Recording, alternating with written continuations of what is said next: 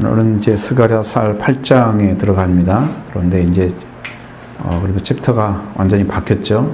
큰 5장으로 V자 큰 5장으로 바뀌었습니다. 그래서 이스라엘의 회복과 영광 8장입니다. 8장 전체 내용이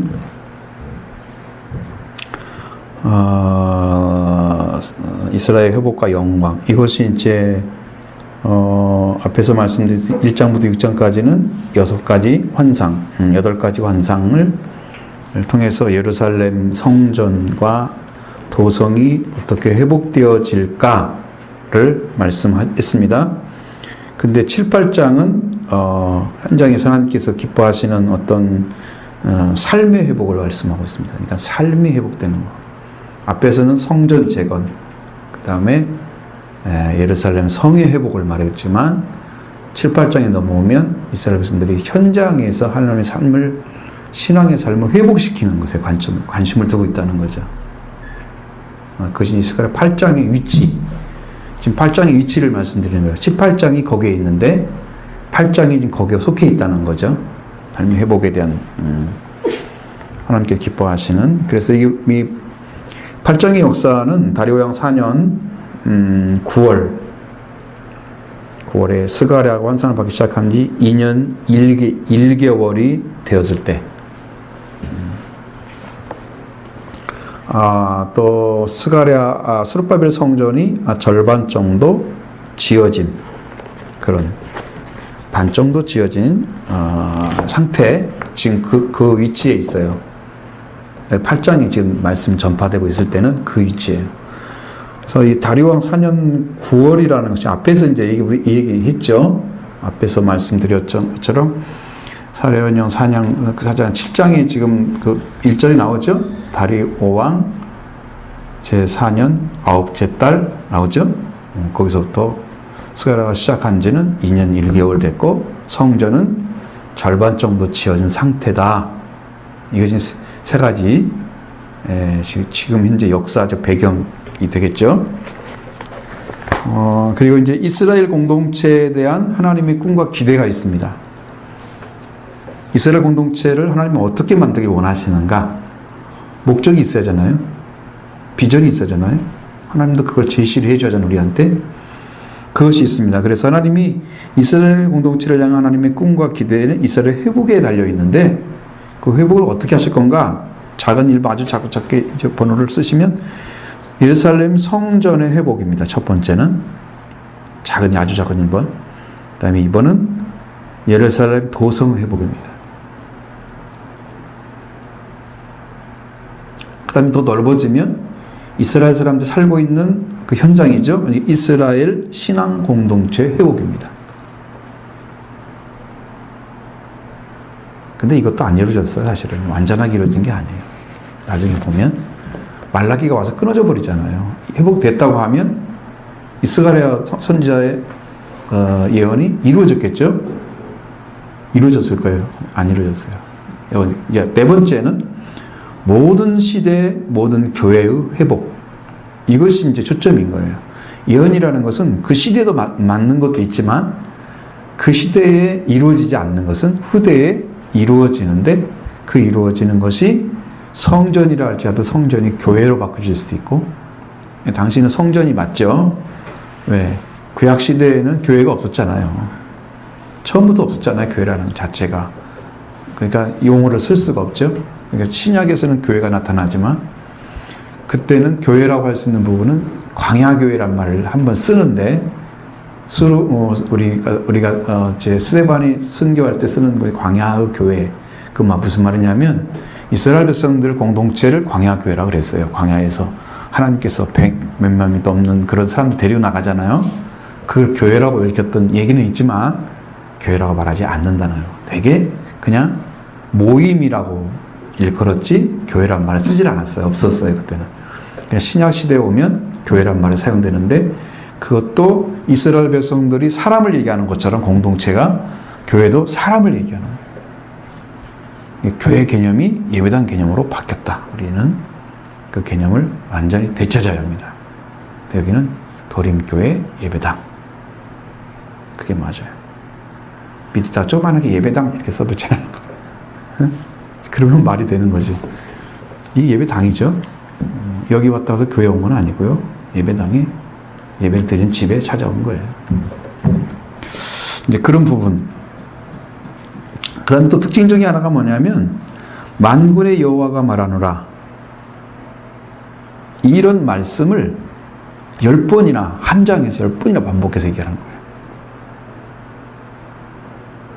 만군의 여호와가 말하노라. 만군의 여호와가 말하노라. 계속 그 얘기를 하는 거예요. 하나님께서.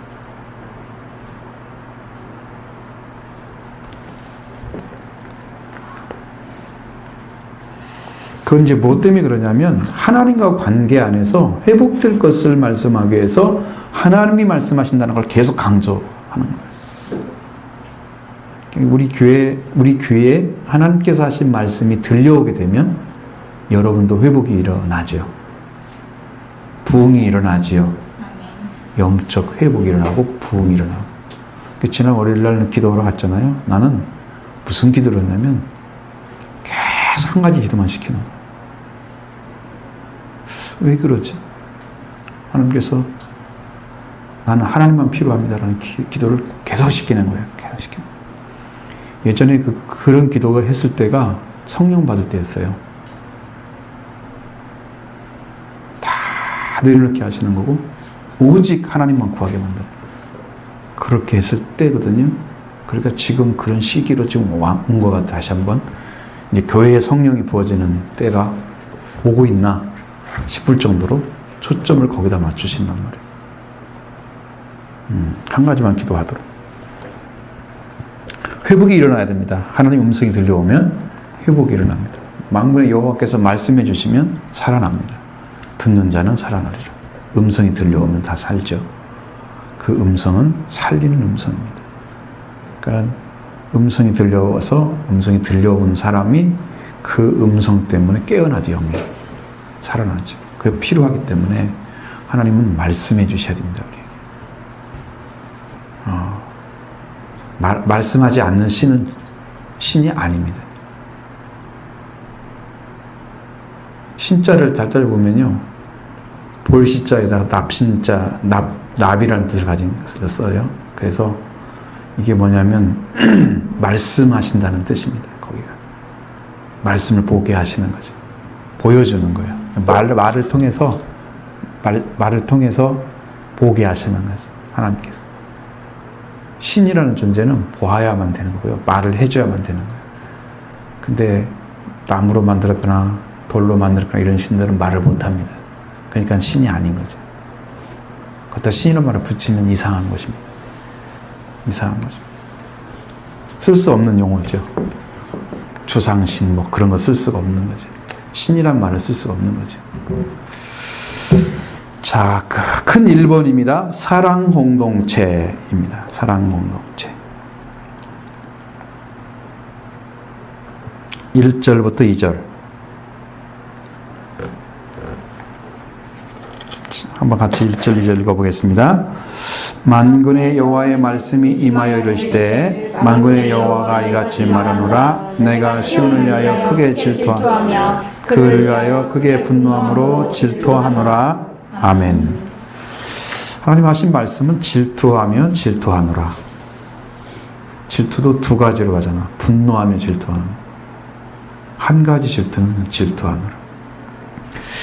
성경에서 하나님이 질투한다는 말을 여기 말고 또 있거든요. 그러면 사람들이 뭐라고 하냐면 하나님이 어떻게 질투를 해? 그런 성경이 어디 있어? 이렇게 생각을 하는데 그건 잘 몰라서 하는 얘기예요. 질투를 하게 되면 이 사람과 이 사람 사이에 지금 서 있잖아. 그럼 이 사람을 자기 안 뺏기기 위해서 질투를 하는 거예요. 이스라엘 백성들이 하나님 선택한 백성인데 세상에 뺏기지 않기 위해서 하나님은 질투를 하시는 거예요. 사랑만 질투하는 게 아니에요. 이성적인 사랑만 질투하는 게 아니에요. 하나님의 사랑도 질투가 속해 있는 사랑을 하실 때도 있다는 거예요. 속성이 질투란 뜻이 아니고, 속성은 질투하지 아니하며, 그 질투는 하나님은 잘못된 거예요. 성경 우리 시기하지 아니하면 우리 돼 있잖아요. 사랑은 시기하지 아니하면 시기하시겠지. 하나님이 그걸 시기하시면 이상한 하나님 되게 그런 의미가 아니고 그런 속성을 가진 하나님이 아니고 질투를 해서 그걸 찾아내려고 하는데 목적이 있는 거예요. 이스라엘 백성들을. 그래서 그 말씀하시는데 1번 작은 1번 질투하시는 하나님 질로스라고 하는 단어 질투라는 단어는 열정이라는 질이라는 단어에서 파생을 했습니다. G-A-L 질투라는 말은 질투는 열정적인 사랑의 또 다른 모습이 질투입니다. 열정이라는 걸 가지고 있는 열정이라는 단어가 질이잖아요. 거기에서 이제 플러스돼서 질투라는 말이 나왔다는 거죠. 질러시가 나왔다는 거죠. 그러니까 질투는 열정적인 사랑의 또 다른 이름으로 모습으로 나타나는데 사랑하지 않으면 질투도 하지 않는다는 거예요.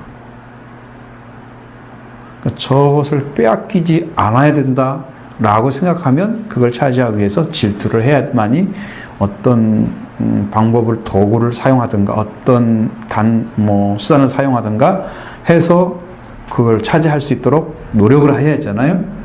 그러려면 질투가 속성에 들어 있어야만 그게 가능해지는 거예요. 뺏기지 않으려면. 그런 거죠. 그런 의미입니다. 질투하지 않으면 내 사랑이 없는 거예요. 저 사람들은 비교하는데 질투해요. 난 네가 더 예뻐. 그러면 제가 볼 땐 제가 예쁜데 객관적으로 거꾸로 말하고 있는 거죠. 그러면 이제 기분은 좋겠지만 사실은 남자 마음속에 그러지 않을 수 있잖아. 그러니까 그렇게 할 때 이 사람을 아무리 저쪽이 이뻐도 나는 이 사람을 뺏기지 않겠다 하는 게 목적이기 때문에 그렇게 되는 거예요. 그러니까 제 눈에 안경이 되는 거죠. 자기에 필요한 사람들을 뺏기지 않으려고 하기 위해서 질투를 하게 되는 거죠. 그래서 진정으로 질투하지 않는다. 만약 질투하지 않는다 하면 사랑하지 않는 자이거나 아니면 수준이 너무 높아가지고 질투를 하지 않는 존재이거나. 근데 하나님이 그럴 리가 없잖아요. 하나님 수준이 낮아가지고 하나님이 사랑의 마음이 없으셔서 질투를 하시고 이렇게 해서 하면 큰일이라는 거죠. 내 백성을 위한 것입니다. 내 백성을 위한 것이지 하나님 질투하시는 분이 아니시죠. 하나님께서 시온을 위하여 질투하시는 말씀은 그만큼 하나님께서 이스라엘을 사랑하신다는 말씀입니다.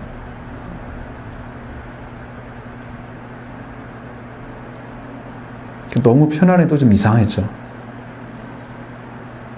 내가 사랑하는 사람이나 그래서 너무 그냥 괜찮아 아무렇지도 않아 너 마음대로 살아 이게 가능할까요? 넌 네가 무슨 괜찮아 난 내를 할 거야. 지금 그런 시대가 막 되고 있잖아. 가족 해체 시대야. 남편은 남들하고 아내는 아내대로 통장을 가지고 살아. 응? 해체 시대잖아요. 이혼할 때 아무 문제 없이 다 가져가라 이거지. 바로 준비를 하는 거야. 그러니까 그런 시대. 해체주의에 지금 아주 굉장히 깊이 들어온 상태란 말이에요. 가족 해체주의. 그래서 이제 그만큼 하나님께서 사랑하시는데 질투하시되 크게 질투하시며 하나님께서 크게 분노하기까지 질투하신다. 여러분 이 마음이요. 같이 가지 않으면 사실상 내 마음에서 그를 놓아버리는 거랑 똑같아요. 사랑하면 질투하는 마음이 있어야 되는 거예요. 뺏기지 않으면 빼앗기지 않고 싶은 마음이 있어야 되는 거예요. 정상인 거예요. 괜찮아 빼앗겨도 이런 것은 아닌 거죠. 그래서 하나님께서 이스라엘을 향하신 절대적인 사랑을 느낄 수 있는 말씀이 바로 이 말씀인데 질투의 양면성을 지닌 것이죠. 질투는 경쟁자에 대한 참을 수 없는 강한 감정을 표현한 것입니다. 이스라엘 백성들이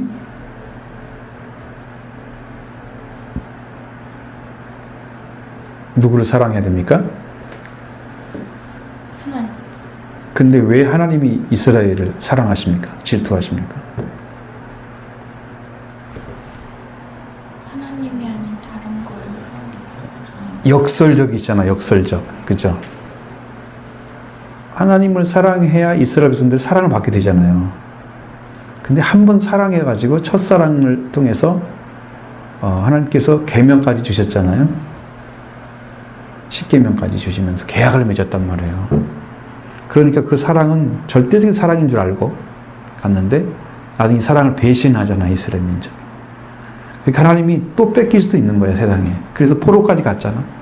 한쪽에는 그냥 사마리아로 타락시켜버렸고 한쪽에는 그렇게 돼가지고 바벨론까지 갔다, 포로까지 갔다 오고 그런 것이 됐기 때문에 하나님께서 그대로 사랑을 그대로 하신다면 빼앗기도 되는 사랑이 되는 거죠. 네가 계명을 안 지켰으니까 난 버려도 돼. 내가 남편인 일과 너희들이 나와의 계약을 파기했다고 말씀하고 있잖아요. 그러니까 남편을 배신한 여자는 버림받게 되는 거잖아요. 그게 하나님과 계명 때문에 그런 거예요. 우리가 아담의 한 사람이 범죄함으로 인해서 뭐가 왔어요? 죽음이 왔잖아요, 인류가. 죄가 들어오고. 그렇죠? 그러니까 한 말씀에도 죽고 사는 문제가 걸리는데 그걸 살리기 위해서 십계명을 주셔가지고 너 법 넘어가면 안 돼. 여기 지켜야 돼. 그래야 구원의 길을 겨우 갈 수 있는 길이 찾아질 거야. 거기서 딱 이게 경계선을 놓았는데 요걸 쫓아서 깨뜨려 버렸다? 그러면 에덴 동산에서 한 번 쫓겨난 사람이 십계명을 버리고 또 쫓겨났잖아. 여기 더 이상 쫓겨나면 안 되지. 그래서 내가 이제 찾아왔어, 이쪽으로. 바벨론에서 가나안 땅으로 다시 돌아왔어. 곧 돌아가는. 근데 여기서 또 뺏기지 않아야 되기 때문에 하나님의 질투가 그래서 있는 거야. 또 뺏길 수 있잖아. 이들의 속성이라는 존재는. 배신하면 또 배신할 수 있어요. 사람은.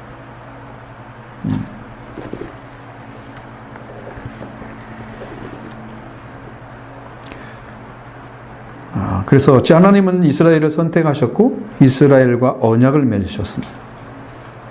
하나님은 이스라엘을 배타적인 관계로 묶어놓고 있다는 거예요. 그래서 너는 나 외에는 다른 신들을 내게 있게 말지니라. 십계명이 벌써 말씀하고 있잖아요.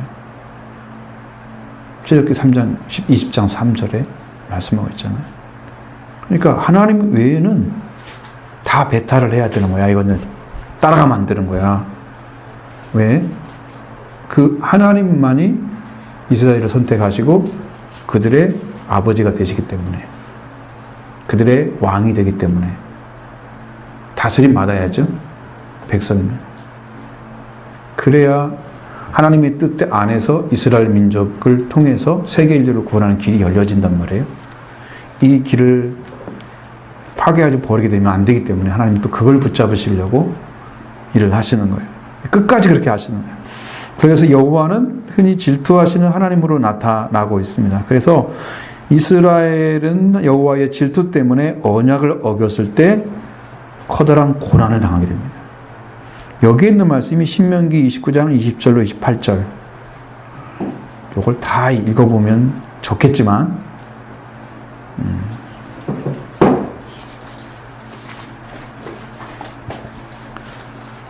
아니면 여러분 성경 구절을 쓰고 하나만 그냥 찾아볼까요? 그렇게 한번 처음부터 찾아보고 나중에 또 말씀드리면 되죠.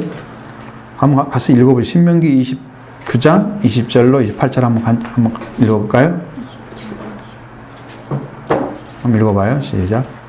여호와는 이런 자를 사지 않으실 뿐 아니라 그 위에 여호와의 분노와 질투의 불을 부으시며 또 이 책에 기록된 모든 저주를 그에게 더하실 것이라.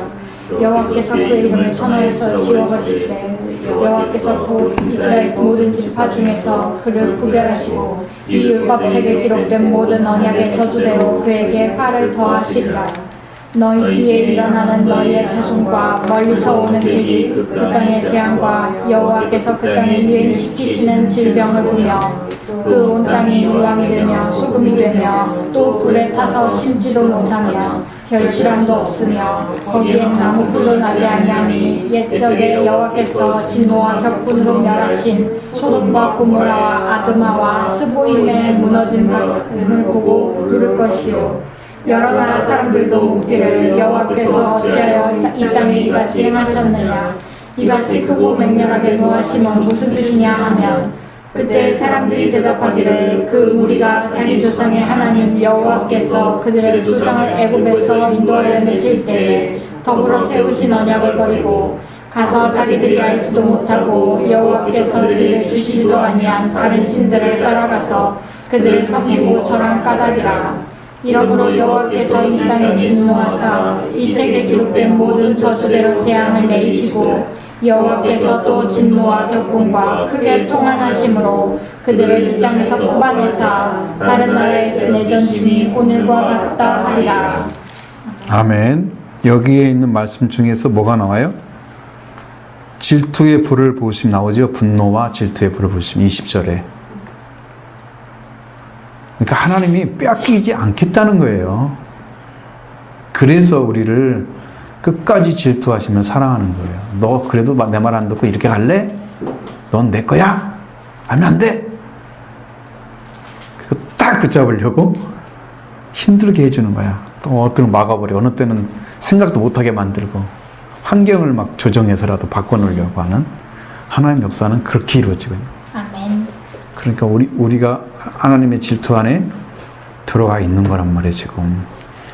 그 다음에 에스겔 5장 13절이나 16장 38절, 42절, 23장 25절. 좀 에스겔 말씀하시는 거죠. 거기는 이제 하나 읽었으니까요. 15장 13절, 16장 38절, 42절, 23장 25절. 이제 에스겔에 대한 말씀이죠, 다. 이게 다 질투에 대한 얘기입니다, 전부. 그 다음에 2번, 작은 2번입니다. 시온을 위하여 크게 분노하시는 하나님. 첫 번째는 뭐였어요? 질투하시는 하나님이었어요. 두 번째는 시온을 위하여 크게 분노하시는 하나님. 자, 구약에서 시온이라는 이스라엘을 상징한다는 것을 다 알고 있죠? 그 시온, 그러면 시온의 영광이 빛나는 아침, 그렇게 찬양하잖아요. 그 시온이라는 데를 교회라고도 신약적으로 해석을 합니다. 신약은 그렇게 교회로 볼 수도 있는데, 하나님은 교회를 크게 질투하시기까지 사랑하신다고 하는 말씀입니다. 신약적으로 해석하면. 구약으로는 이스라엘을 상징하는 거고, 그래서 세상이 교회를 해치지 못하도록 교회를 사랑하시고, 만약 교회가 세상에 짝하게 된다면 질투하기까지 사랑하시고, 두 가지죠.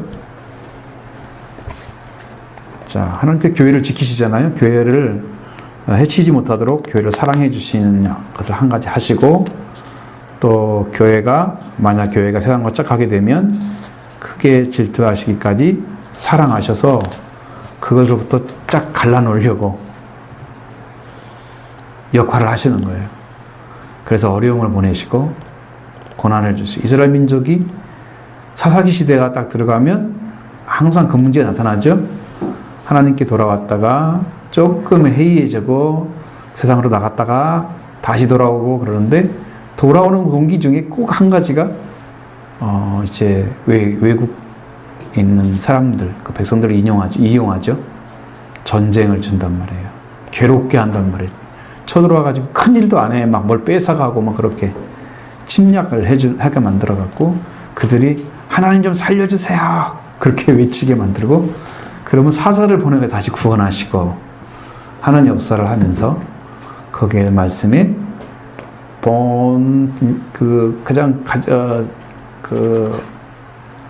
그 시대에는 왕이 없기 때문에 백성들이 자기 소견대로 행했더라, 그렇게 나오는 말이에요.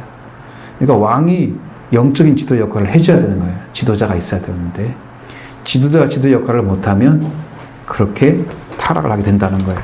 그래서 사람들 자기 소견대로 그냥 그렇게 하나님을 믿다가 어려움 당하는 게 부르짖고 그런 일을 꼭 한단 말이에요. 지금 세상이라고 그렇지 않겠어요? 비슷할 수 있습니다.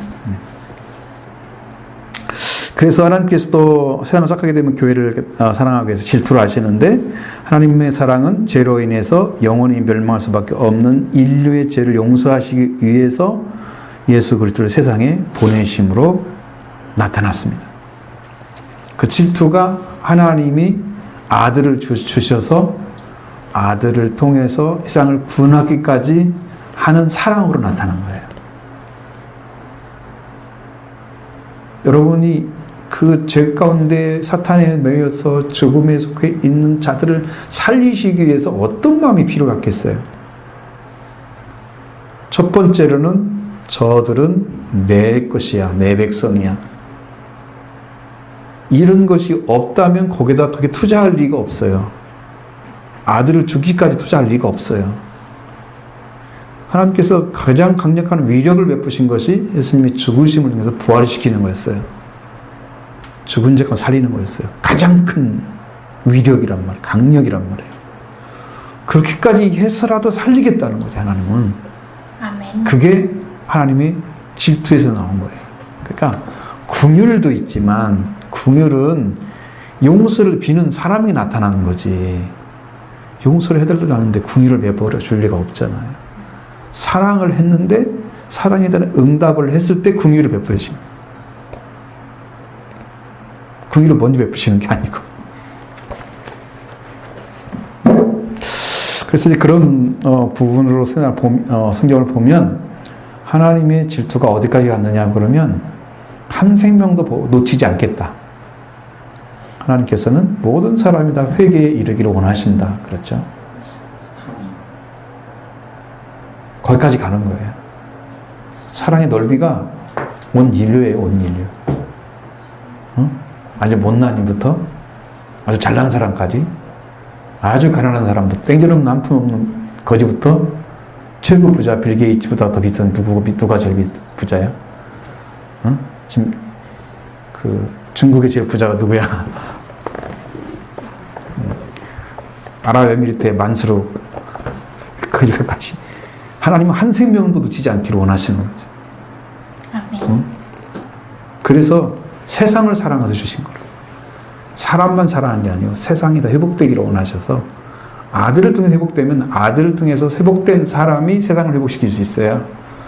아들이 와서 구원을 받았는 사람들이 세상을 구원할 수가 있어요. 그러니까 세상을 사랑하셔서 주신 거예요. 세상을 살리기 위해서. 그래서 그것이 이제 사람을 향한 하나님의 사랑의 가장 중요한 핵심입니다. 예수님은 십자가에 못 박히셔서 죽이시고 그 다음에 사흘 만에 부활하게 하실 때에 하늘로 올라가시면서 신약교회가 탄생이 됐죠. 하나님은 그런 기적을 베푸시면서 교회를 만들어냈습니다. 왜? 교회 공동체가 없으면 하나님이 하시는 말씀, 하나님이 행하셔야 할 일, 하나님께 예배하는 곳, 이런 것들이 다 있어야 되는데 그러한 곳이 교회밖에는 없는 거죠. 예배당이라고 하는. 그러니까 그 교회들이 모여서 예배를 드리는 거잖아요. 교회.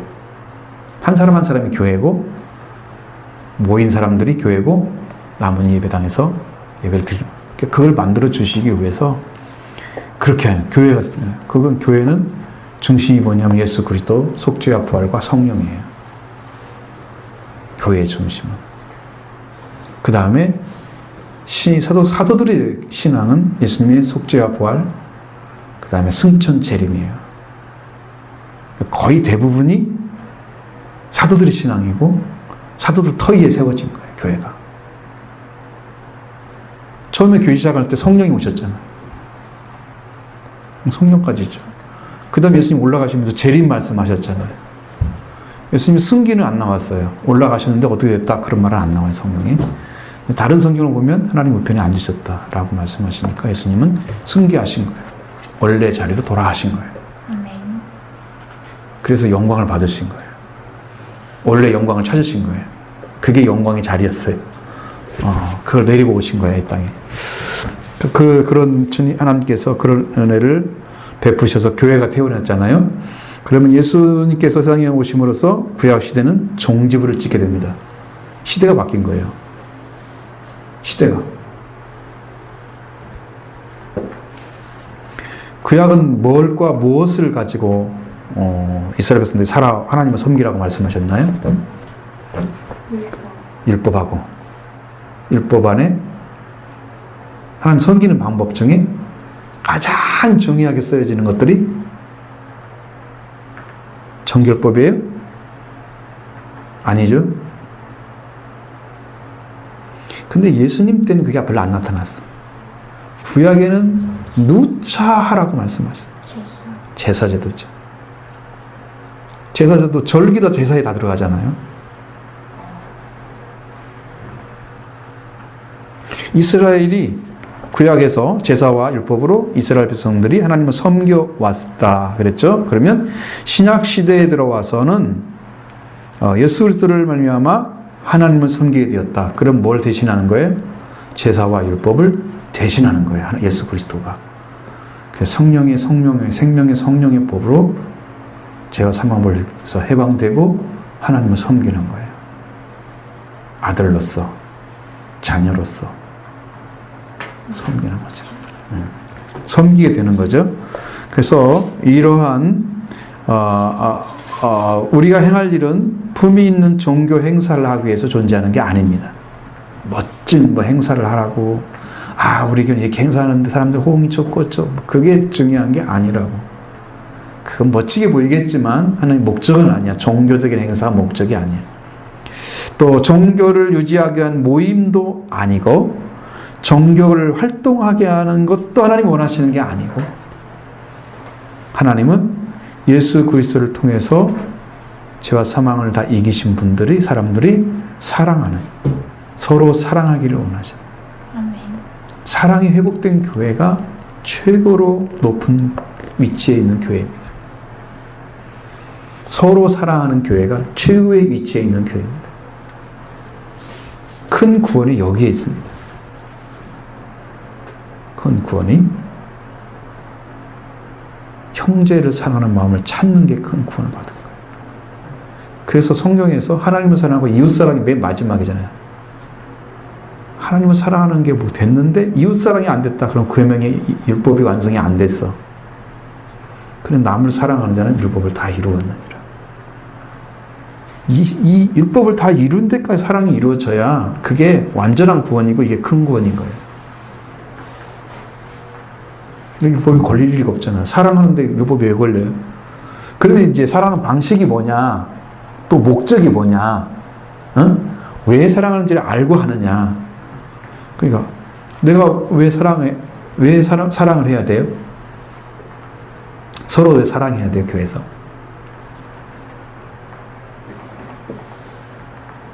지금 목적을 알고 있는가 물어보는 거예요.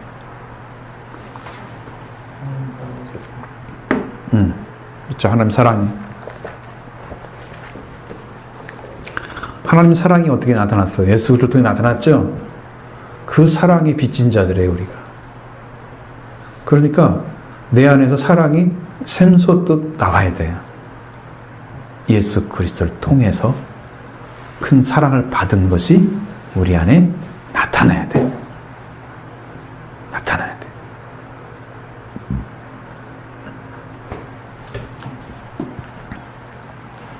그래서 사랑이 필요하다는 거죠. 교회는 서로 사랑하는 공동체가 됩니다. 우리 교회는 사랑의 공동체입니다. 아멘. 이것을 이루어가야 할 사명이 교회에 있지요. 그 다음에 큰 2번 진리와 거룩의 공동체 3절입니다. 8장 3절.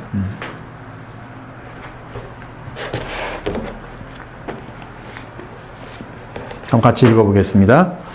여호와가 이같이 말하노라. 나는 시온에 돌아와 이스라엘 가운데에 거하리라니 예루살렘은 진리의 성읍이라 일컫겠고 만군의 여호와에서는 성산이라 일컫게 되리라. 아멘. 자, 여기에 이렇게 말씀하신 것은, 자, 작은 1번으로 들어갑니다. 작은 1번. 큰 2번에 작은 2번. 1번 예루살렘은 진리의 성읍이다. 결국은 이제 예루살렘이 그렇게 되는 것하고 교회와 연결이 되어 있습니다.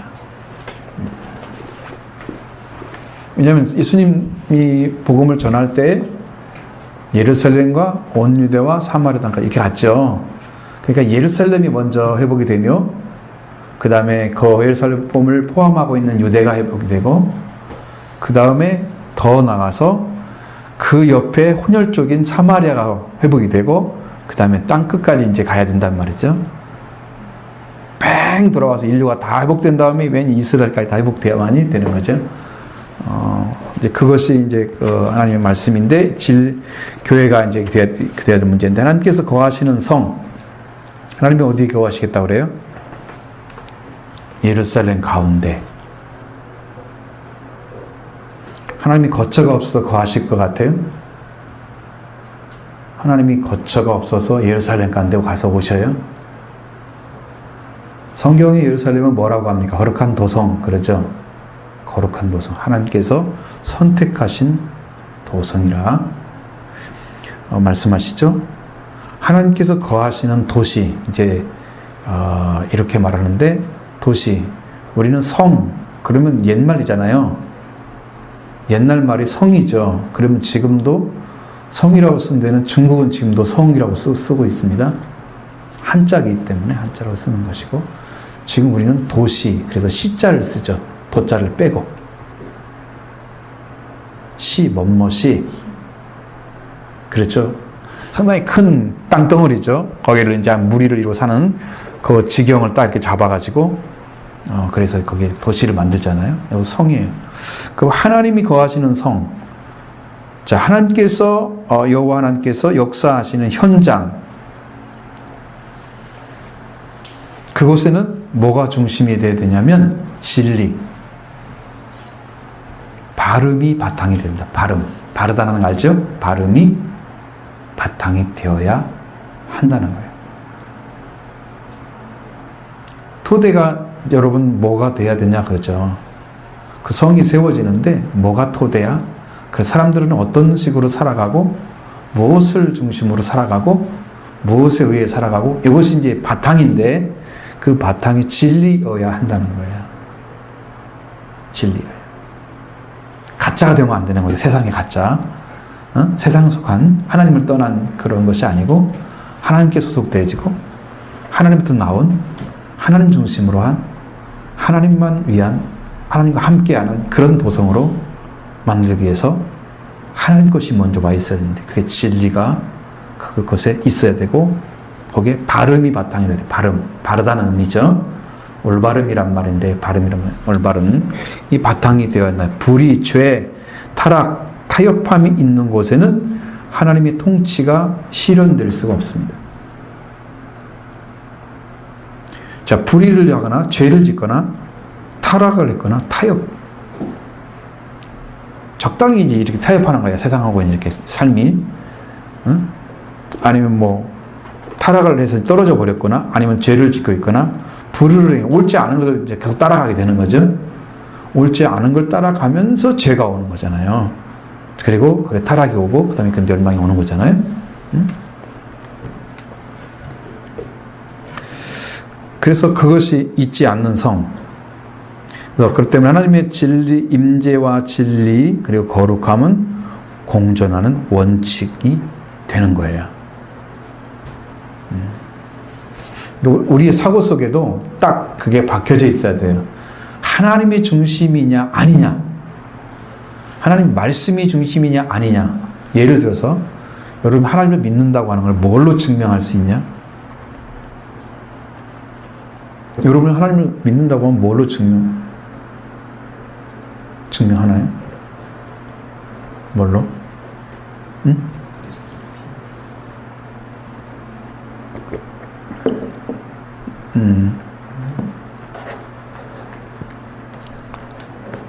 자, 드러나는 방식이죠.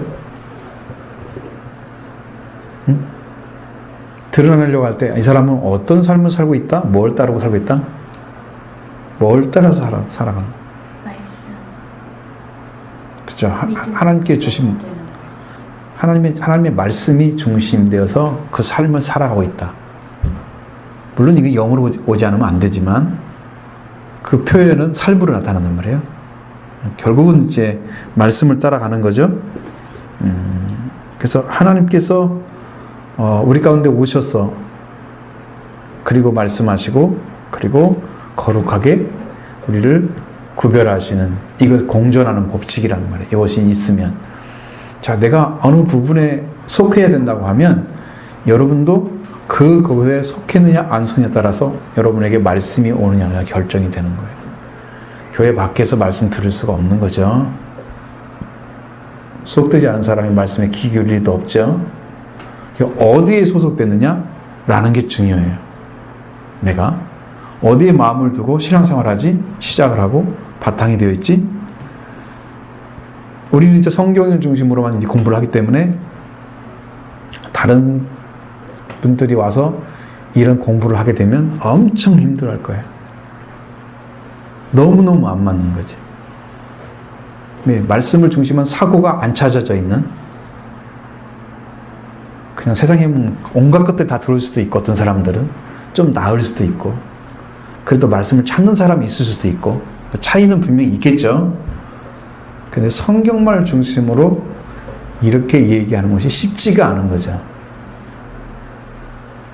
그럼 거기에 돌아오려고 하면 결과적으로 뭐냐면 내가 하나님 주신 말씀 앞에 얼마만큼 정확하게 믿음을 가지고 그 말씀에 순종이 가느냐 따라가느냐 그것이 너 하나님 믿는 거 안 믿어? 그러면 자, 너 하나님 믿으면서 말씀도 안 지켜? 이렇게 버리면 이제 끝나는 거야 그게. 너 이거 하지 말라고 그랬잖아. 회개할 것도 모르고 있으면 큰일 나지. 그것도 모르면 다른 사람이 지적해주면 곤란하잖아. 그러니까 진리를 따르고 있어야 우리가 뭐가 와요? 우리한테 거룩함이 와요. 진리를 따르지 않는 사람들은 거룩하지 않아요.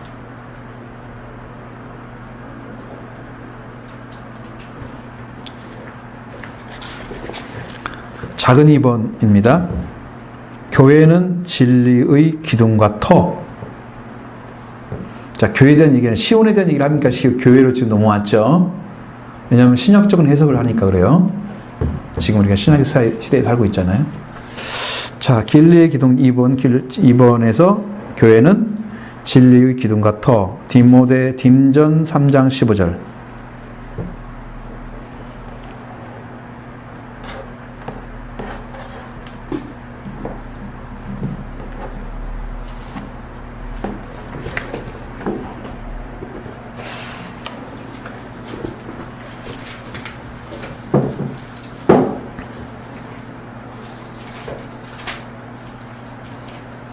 읽어보도록 하겠습니다. 만일 네가 지체하면 너로 하여금 하나님의 집에서 어떻게 행해야 할지를 알게 하려 하느니 이 집은 살아계신 하나님의 교회와 진리의 기둥과 터이니라. 아멘. 자, 신약에서 하나님의 통치는 교회를 통해서 진행이 됩니다. 자, 예수 그리스도가 머리를 세우셨죠, 하나님이. 그리고 그 교회는 그의 몸이라 그랬죠. 그러니까 거기 하나님은 그리스도 안에서 역사하신다 그랬죠? 그 머리이신 그리스도 안에서 하나님이 일을 하시는 거잖아요. 그리스도 통치하시 그리스도의 속죄와 부활을 다 사용하셔서 우리를 구원하신 일도 하나님이 행하고 계시는 거예요. 예수님을 통해서. 그걸 누가 가져오냐면 성령이 가져오세요. 그래서 삼위일체 하나님이 같이 하시죠? 아멘.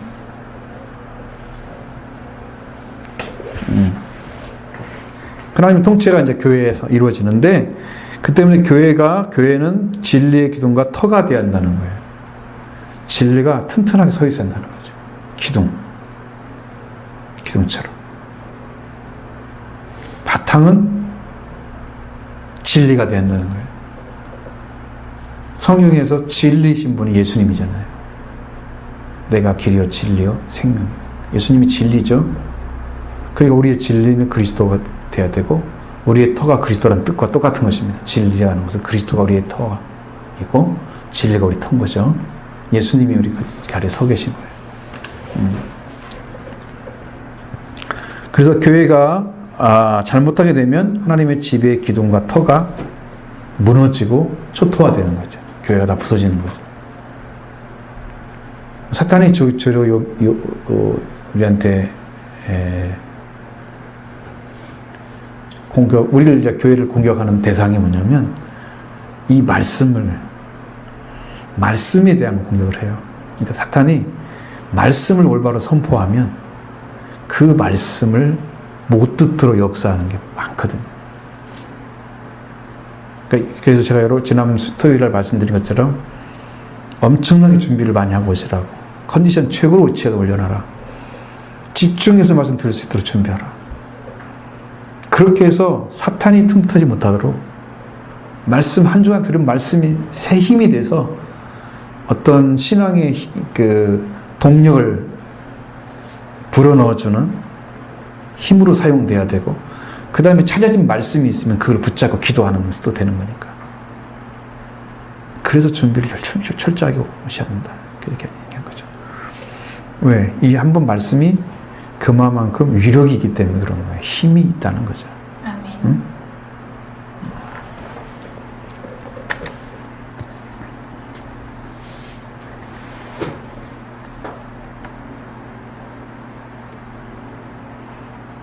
진리는 교회 가운데서 뿌리를 내리고 집을 세우게 하는 역사를 행하고 있다. 하나님의 집이 진리로 세워져야 됩니다. 거짓된 걸 세워지면 안 됩니다. 하나님 중심으로 세워져야 됩니다. 그러니까 사고도 생각, 가치관 다 돌아와 있어요. 세계관 다 돌아와 있어야 돼요. 하나님 중심으로 다 돌아와 있어요.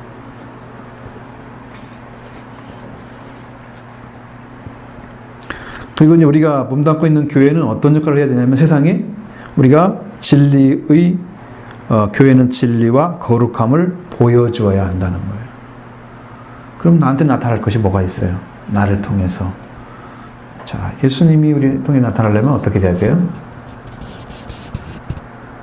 우리가 그리스도로 옷 입어야 되겠죠? 왜냐하면 내가 나타나면 안 되죠. 내 안에 주님이 계세요. 그러면 너 밖에는 없는데? 옷을 입으면 옷이 밖에 보이지 안에서 보여?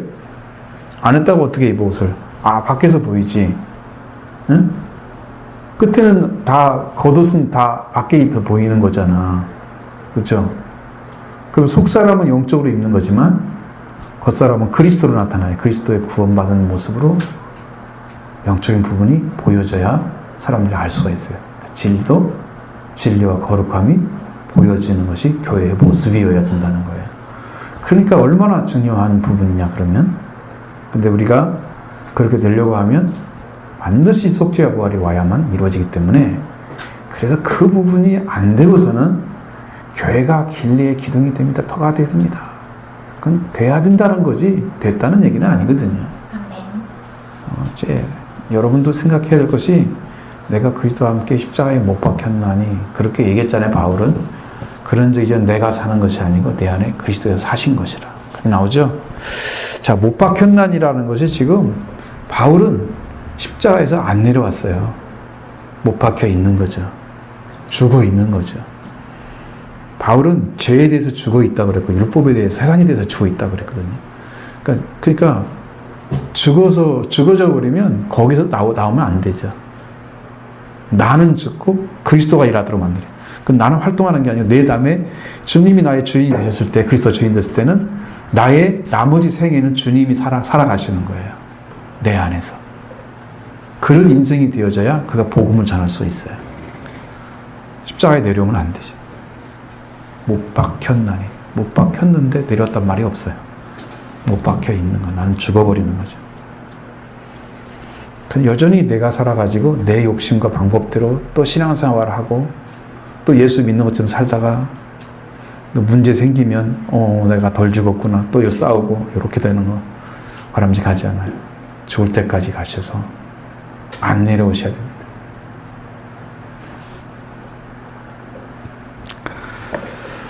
진리는 예수 그리스도뿐이기 때문에 이 거룩함은 점잖음이 아니고 예수 그리스도가 거룩함입니다. 진리와 거룩함은 지식과 행동을 말하는 것이 아니고 예수 그리스도를 말하는 것입니다. 그러니까 우리의 내 속에서, 내 말에서, 내 생각에서 그리스도가 중심으로 딱 되어져 있으면 그게 바로 진리를 행하고 있는 거고요.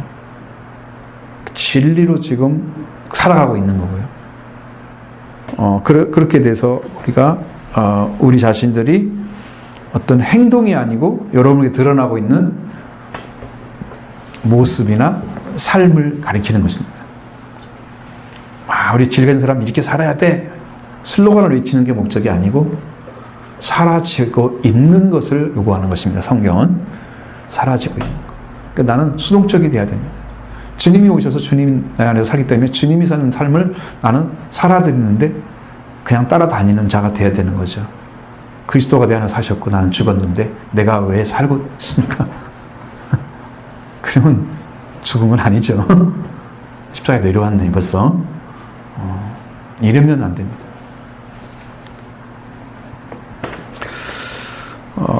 그리고 우리가 우리 안에 그리고 우리의 공동체 안에 십자가에서 죽으시고 부활하신 예수님 하나님의 아들 예수 그리스도가 선포되고 또 우리가 그분으로 말미암아 즐거워하고 있다면 우리는 그 진리와 거룩 속에 들어있는 것이죠. 그런 삶이 지금 요청되고 있는 거예요. 교회에 요청되고 있는 것이고 천국도 마찬가지입니다. 그것이 진리입니다. 예수님이 진리죠. 거룩하신 예수 그리스도가 충만하게 계시는 것이 천국입니다. 그러니까 여기서도 천국을 이룰 수 있는 거죠. 예수님이 오셔서 우리를 다스리시고 우리 안에 진리가 있고 거룩함이 존재하면 천국이 지금 함께 하고 있는 거예요. 예수님이 천국인 거죠. 그렇게 되었죠. 에스겔은 여호와 하나님께서 바벨론인들이 예루살렘을 파괴하도록 내버려 두시고 그 성전과 성읍을 포기하셨다고 그렇게 말을 하고 있습니다. 자, 여러분 지금 왜 이스라엘 백성들을 파괴하도록 하나님 놔두셨을까요? 왜 그래요? 에스겔 10장 18절 19절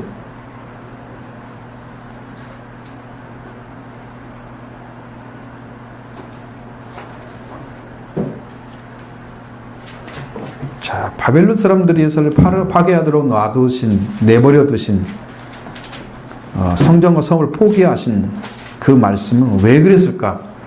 에스겔 10장 18절 19절 보겠습니다. 보시죠. 여호와의 영광이 성전 문지방을 떠나서 그룹들 위에 머무르니 그룹들이 날개를 들고 내 눈앞에 땅에서 올라가는데 그들이 나갈 때에 바퀴도 그 곁에서 함께하더라. 그들이 여호와의 전으로 들어가는 동문에 머물고 이스라엘 하나님의 영광이 그 위에 덮였더라. 지금 함께하고 있죠. 하나님께서 에스겔 성전에서 에스겔 말씀하신 성전에서 그 다음에 11장 22절 23절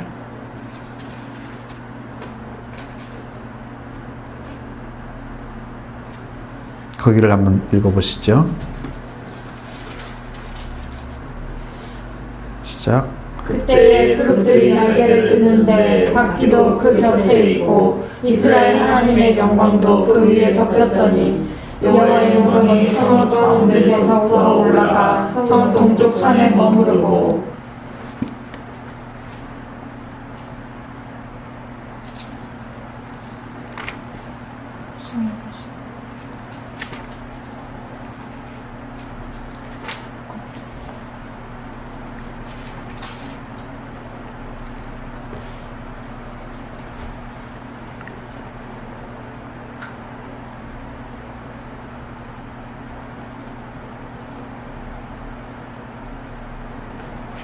에스겔 10장 18절 19절이 그거예요.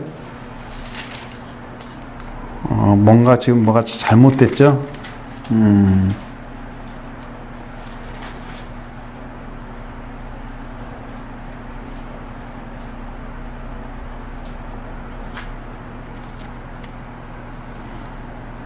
11장만 보세요. 11장.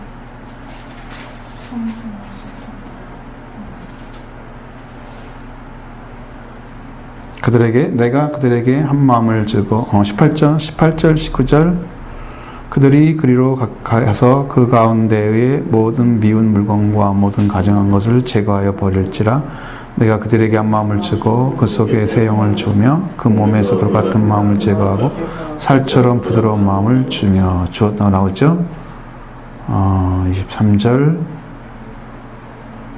22절 23절 그때 그룹들이 날개를 드는데 바퀴도 그 곁에 있고 이스라엘 하나님 영도 그 위에 덮였더니 여호와의 영광의 성읍 가운데에서 더 올라와 성읍 통째로 머무르고 주의 영이 나를 들어 하나님의 영을 환상 중에 데리고 갈대아에 있는 사라잡힌 자들 중에서 이르시더니 내가 본 환상이 나를 떠나 올라가신지라.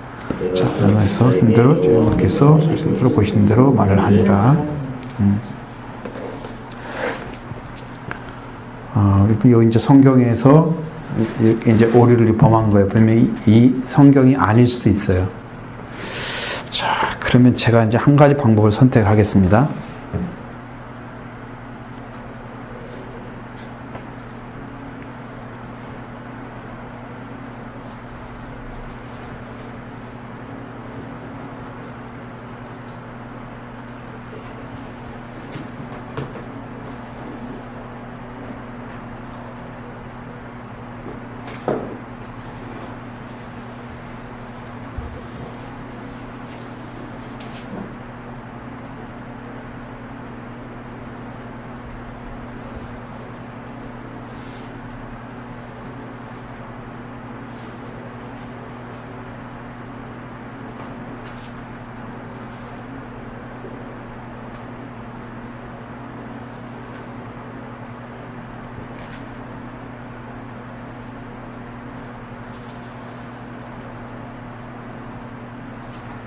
자, 에레미야 5장 1절, 2절 말씀. 1절, 1절, 5절, 1절부터 3절까지.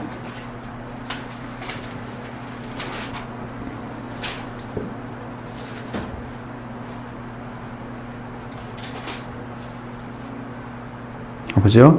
너희는 예루살렘 거리로 빨리 다니며 그 넓은 거리에서 찾아보라.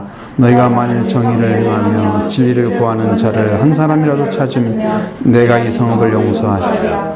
그들이 여호와께서 살아계심을 두고 맹세할지라도 실상은 거짓 맹세니라. 여호와의 죄는 이 거리를 찾지 아니하시나이까. 주께서 그들을 치셨을지라도 그들의 아픈 줄을 알지 못하며 그들을 멸하셨을지라도 그들이 징계를 받지 않으며 그들의 얼굴을 바위보다 곱게 돌아오기를 싫어하므로 내가 우리 이 무리는 비천하고 어리석은 것뿐이라. 여호와께를 여호와의 하나님을 알지 못하니 내가 제자들에게 가서 그들에게 말하리라. 그들은 여호와의 길을 자기 하나님 법을 안다 하였더니 그들도 일제히 명예를 받고 끊은지라. 자, 여기 보면은 하나님이 진리를 찾아갑니까? 안 찾아가죠. 계속 딴 길로 걸어가려고 하죠. 그들이 진리를 안 찾죠. 하나님이 치어도 아픈지를 모를 정도로. 여러분 얻어맞는데 그 상처가 아파야 되잖아요. 근데 아픈지를 모른다는 것은 감각이 없다는 거예요. 하나님 말씀을 들어도 감각이 없다는 거예요. 그러니까 여호와께서는 너무 간절하게 얘기하는데 듣는 사람은 하나 감동이 안 돼. 나는 피리를 부는데 무슨 춤을 안 춰. 내가 오는데 같이 눈물을 흘려주지 않아. 같은 마음이 안 생겨. 같은 걸 보면서 같은 마음이 안 생기는. 전혀 다른 세계에 살고 있는 거. 하나님과 동질이 되지 않고 본질이 완전히 다른 세계에 살고 있는 이런 사람이 이게 징계를 받아도 때려도 아픈지도 모르고 징계를 받아도 그들이 얼굴이 바위보다 더 굳기 때문에 돌아오기도 싫어하고 아무리 무슨 얘기를 해도 이 사람들이 먹혀들지 않는 선지자를 오히려 잡아 죽이는 역할을 하지 선지자 말을 듣질 않아. 누가 더 위에 있어요? 이스라엘 백성들이 하나님 위에 있는 거죠. 이게 진리의 성읍이 되겠어요? 그렇게 하나님이 치시는 거죠. 그래서 치겠다는 찾아봐라. 그럼 내 성읍 못 멸하지 않겠다. 없다는 거잖아 지금. 그래서 멸망당한 거잖아요. 몇 사람이라고 그랬어요?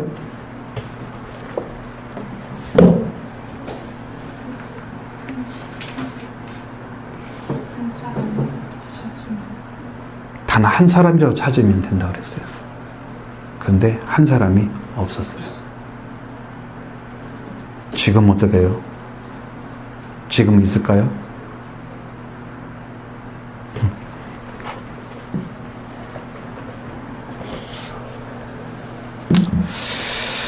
어쨌든 그래 성경이 지금 그렇게 말씀하고 있잖아요. 그리고 이제 작은 3번 평화의 공동체 여기 뭐 여기까지만 하고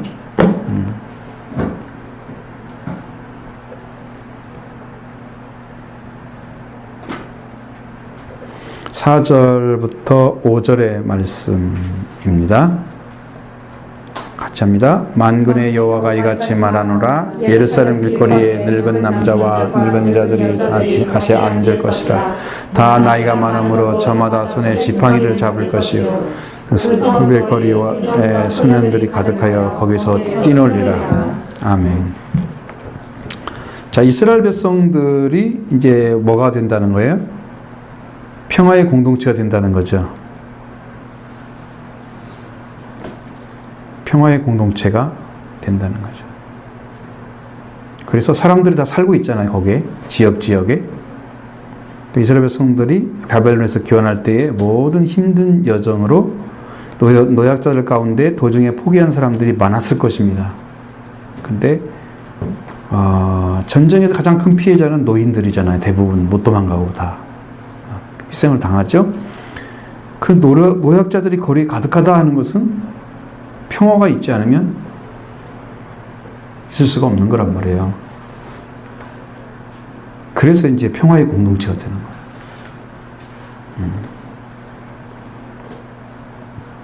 구약에서 오래 사는 것에 대해서는 그리고 자녀는 하나님의 주신 축복으로 다 여겼습니다. 시편에 다 나와 있죠. 120편 3절이 잠언서 3장 2절 같은 데 다 나와 있습니다. 그런 데 보면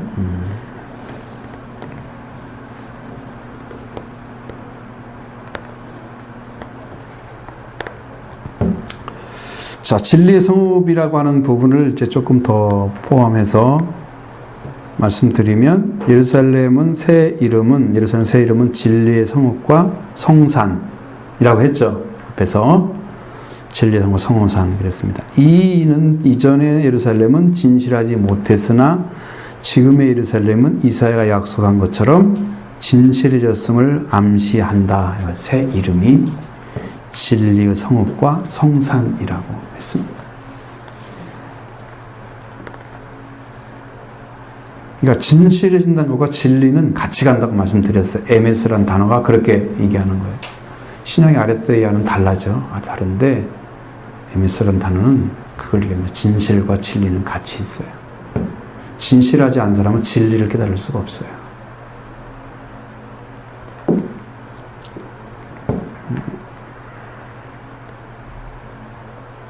이사야 약속한 말씀이 이사야 1장 26절에 그 약속을 했는데 그 약속의 말씀처럼 됐다는 거죠. 하나님께서 어떻게 회복을 시키고 계시는가? 그러니까 진리의 성읍으로 하나님께서 정하실 새 이름으로 일컬어질 곳이 어디냐? 이사야 62장 2절 B 중반절인 거죠.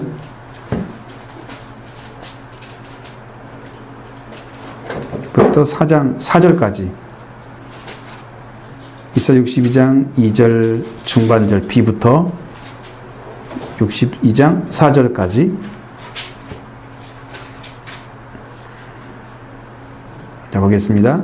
너는 여호와의 입으로 정하실 새 이름으로 일컬음이 될 것이며 너는 또 여호와의 손의 아름다운 관 내 하나님의 손의 공간이 될 것이라. 다시는 너를 버림받은 자녀라 부르지 아니하며 다시는 내 땅을 황무지라 부르지 아니하고 오직 너를 헵시바라 하며 내 땅을 끌려라 하리니 이는 여호와께서 너를 기뻐하실 것이며 네 땅이 결혼한 것처럼 될 것임이라. 아멘.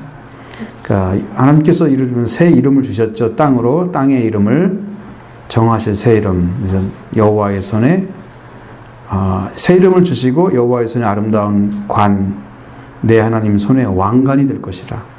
이스라엘이 하나님의 왕관이 되어준다면 엄청난 것이 된 거예요. 이스라엘이 하나님으로부터 받아야 할 그 축복이 왕 같은 자리에 세워진다는 거죠. 하나님께서 그 자리에 세우겠다. 다시는 너희를 버림받은 자라 부르지 않는다 그랬어요.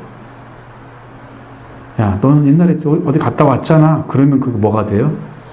버림받은 걸 자꾸 재확인시키는 거잖아요.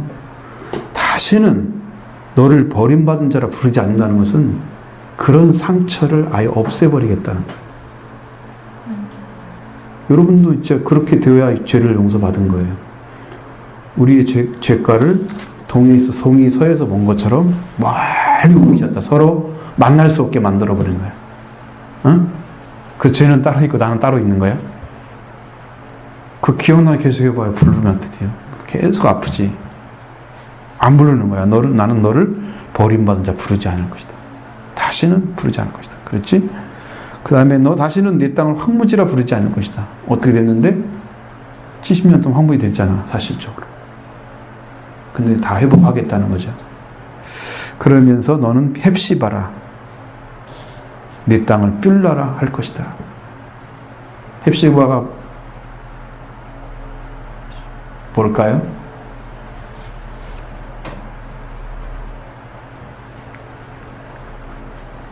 응? 나의 기쁨이 그에게 있다. 뷸라는 결혼한 여자. 여성. 그러니까 이게 지금 누구와 결혼해서 하나님과 결혼한 거죠. 지금 예전에 말했어요. 파괴했다 했잖아요. 내가 남편이었던 너희가 나와 계약한 걸 파괴했다. 다시 남편이 되신 거예요. 의미적이지. 하나님은 어떻게 남편이 되고 백성들이 어떻게 아내가 되겠어. 그것은 예수님을 통해서는 이루어지는 거지만 하나님께는 아니란 말이야. 그냥 그 의미적으로 그렇게 되게 하시겠다고 하는 거예요. 그러니까 이거는 하나님의 기쁨이 된다고 하는 것은 하나님이 만족스러운 그 땅의 모습을 다 갖추게 만들겠다. 그 땅을. 하나님의 기쁨이 되는 땅. 여러분 딱 봤을 때 황무지였는데 땅이 개간돼가지고 아름답게 딱 펼쳐져 있고 아름다운 식물이 자라고 있고 열매들이 나오고 있다. 그러면 딱 보면서 기름진 땅이야. 기쁨을 가지겠죠? 그런 땅을 상상해 보시라는 거예요. 하나님의 기쁨이, 나의 기쁨이 나의 기쁨이 너에게 있다. 어떻든 기쁨이 돼. 나의 기쁨이 그녀 안에 있다. 그녀. 이스라엘을 여자로 지금 표현한 거예요. 그러니까 뭐 그렇게 해서 이렇게 아내가 되는 거지. 여성이기 때문에 이스라엘이라는 땅은 예루살렘도 딸이라고 그러잖아. 시온의 딸아, 예루살렘의 딸들아, 그러잖아. 그게 다 여성형을 쓰기 때문에 그래. 명사를 쓸 때도.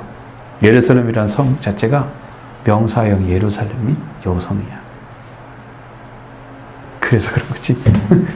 정말 여자만 살아서 그런 게 아니야. 성경은 그런 것들을 너무 능통하게 사용하기 때문에 치우치면 안 돼. 생각을 잘못해가지고. 여자만 사는 곳인가? 하나님이 여자라고 했으니까 그러면 여자만 결혼하고 남자들은 다 버림받았나? 성의 문제로 들어가는 게 아니고 하나님은 그렇게 말씀하셨기 때문에 그런 거지. 다 의미 그죠? 내 땅을 뷸라라 결혼한 여성이라. 결혼한 여성은 남자가 버리지 않으면 이혼되지 않잖아요. 당시 사회상으로는. 여자가 버림받을 일을 했어야 버리지. 그렇죠? 그리고 하나님이 나의 기쁨이 그녀 안에 있다. 그렇게 딱 해서 그를 받아들였는데 또 이혼을 시켜? 그건 아니잖아. 그래서 결혼한 여성이라고 얘기하는 거지. 하나님이 다 영접을 했어, 이제. 다시는 하나님 너를 기뻐하실 것이고 내 땅이 결혼한 것처럼 될 것이다. 하나님 예루살렘을 그렇게 만들겠다는 거죠. 아멘. 그게 예루살렘이 바로 뭘 얘기하는 거예요? 바로 우리 교회를 가리키는 거란 말이에요. 예루살렘 역할을 할 곳이 없어요. 예루살렘과 시온은 옆에 있어요. 예루살렘, 성, 시온 같은 곳이에요. 같이 속해 있어요, 옆에.